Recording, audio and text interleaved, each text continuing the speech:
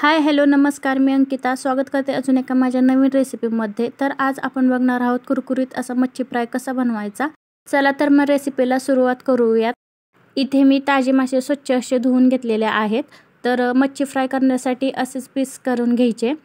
आता माशांवर एक लिंबू पिळून घेऊयात। लिंबू पिळून झाल्यावर माशांना सर्व बाजूंनी चोळून घ्यायचे। आता त्यामध्ये 1 चमचा अद्रक लसूणची पेस्ट घालून घेऊयात। अद्रक लसूणची पेस्ट माशांना चांगली चोळून घ्यायची, सर्व बाजूंनी लागली पाहिजे।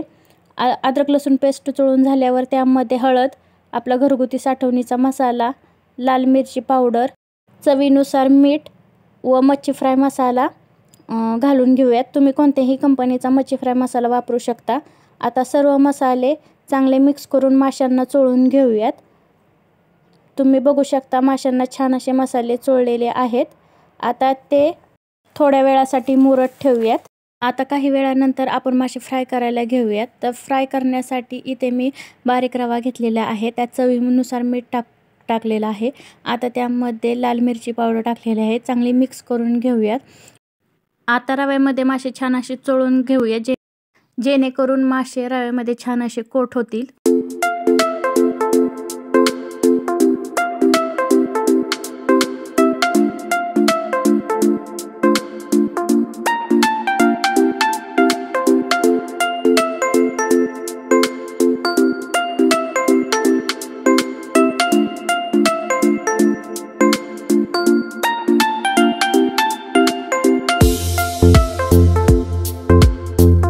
तुम्ही बघू शकता माशांना रव्याची छान असे कोटिंग लागलेले आहेत।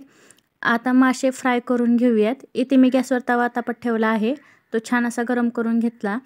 त्यानंतर त्यावर तेल ओतून घेऊयात आणि तव्याला छान असं सर्व बाजूंनी लावून घेऊयात। तेल छान असं गरम झाल्यावर त्यावर रव्यात कोट केलेले मासे फ्राय करून घेऊयात।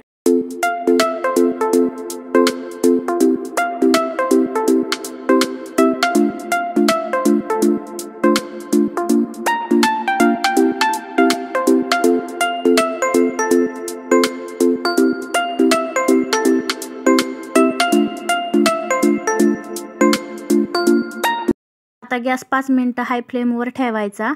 नंतर गॅस मंद आचेवर ठेवून त्यावर एक झाकण ठेवून छान अशी वाफ काढून घ्यायची, जेणेकरून मासे छान असे शिजतील। आता 5 मिनिटानंतर वाफ काढून घेतल्यावर झाकण काढून घ्यायचे व मासे पलटी करून घ्यायचे, जेणेकरून माशाची दुसरी साईड फ्राय होईल।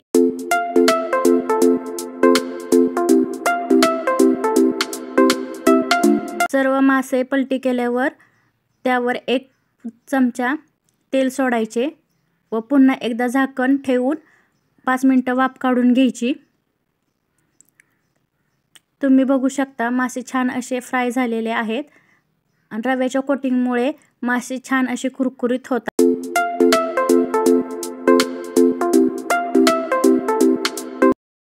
तयार आहेत आपले मस्त असे कुरकुरीत मच्छी फ्राय। चला तर मग सर्व करूयात।